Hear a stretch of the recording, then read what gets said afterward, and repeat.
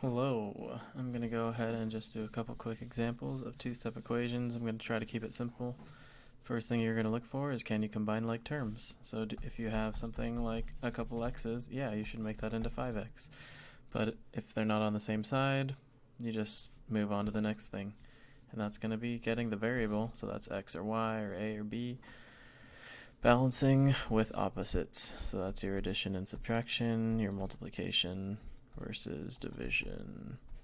So the thing we're going to do is we're going to always move the term that's furthest away. So if I set up the same example twice, so if you look at your variable, what's further away, the 2 or the -5? And the 3 doesn't matter, we're just looking at the same side as the variable. If you get rid of the 2, no, that is closer. You don't want to do that. What's further away? That 5. So instead, you want to do +5. And in general, you're going to do a lot of getting rid of the plus minus first. Remember, you always use opposite signs for the addition subtraction, but for multiplication and division, you don't. You use the same sign. So let's look at a couple basic two-step equations. A lot of the times you're going to have something like this, and remember it is an equation, so if you wanted to flip it around and write it like this, that's the same thing, so it's a preference thing.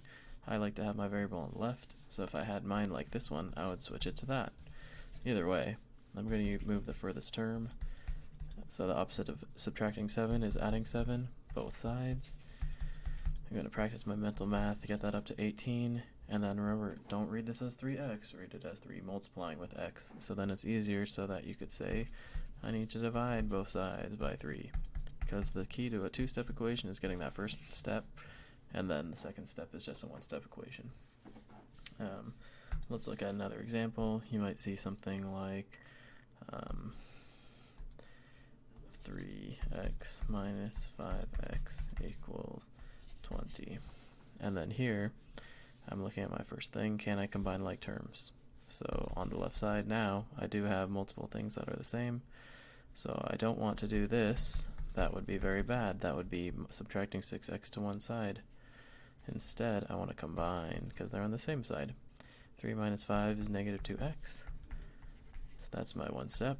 And then my second step is dividing, because the opposite of multiplying is dividing. And you always use the same sign when multiplying and dividing for that opposite. Opposite signs in multiplying and dividing is always a negative. So look at the difference between these two equations.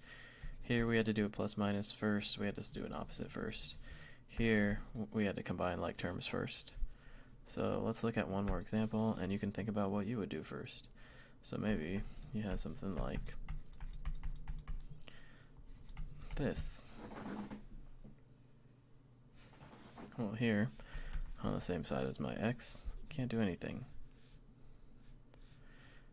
So instead of combining like terms, I'm going to treat it like that first one, and do the opposite of addition and subtraction.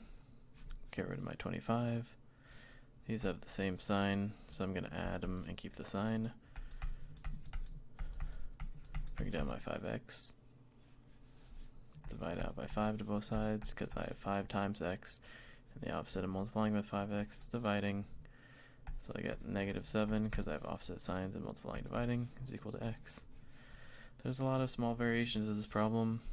I can't prepare you to see just every one right now, but you could try based on these to practice your two-step equations.